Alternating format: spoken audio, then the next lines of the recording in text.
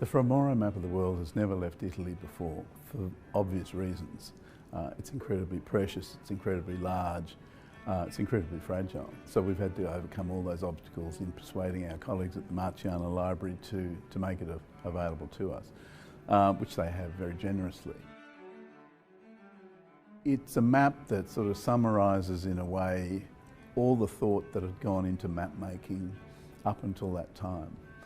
When people look at it, they'll be surprised at the size, the form of it, which, as I mentioned, is sort of the world upside down when you look at it. There's no America, there's no Australia, but what is detailed in great detail is Asia, for the first time really in many respects. Places like Japan depicted for the first time on a map. Java is very clearly depicted on it. The island of Madagascar is there. It's labelled as Diab, and on that island, in a tiny, tiny little inscription, it says, "Here begins the dark sea." And it's a reference to the unknown beyond across the Indian Ocean, which sort of hints in a rather imaginative way at the idea that there was more out there, but they didn't know at the time what it was. Mauru was a monk, a layperson who worked in the monastery. Little is known about him. It seems extraordinary that somebody that could produce something as extraordinarily beautiful and important as this map would not be better documented. But such is the world in the period that he was living in the 1400s. We know that he lived for most of his life in the monastery off Venice for 50 or so years.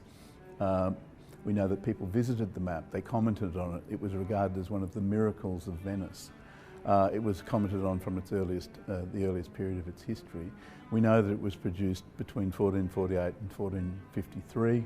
The dating of the maps varied over time, but that seems to be the most reliable period that it can be narrowed down to. When the public sees the map, they will see 3,000 inscriptions written across the surface of it. Hundreds, thousands of place names, descriptions. There are very descriptive signposts, if you like, that are painted in red and gold and blue, that are littered all over the map's surface.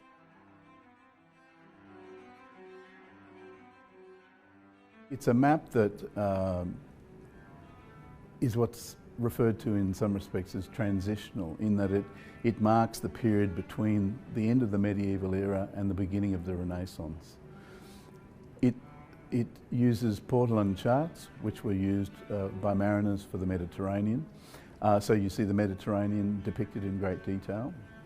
It also brings in the Ptolemy geographia and its mapping.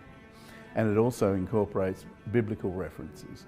So you see this incredibly dense, layered, very beautiful artefact, which is huge, and I'm sure people will be astounded to see when they visit it here in the National Library.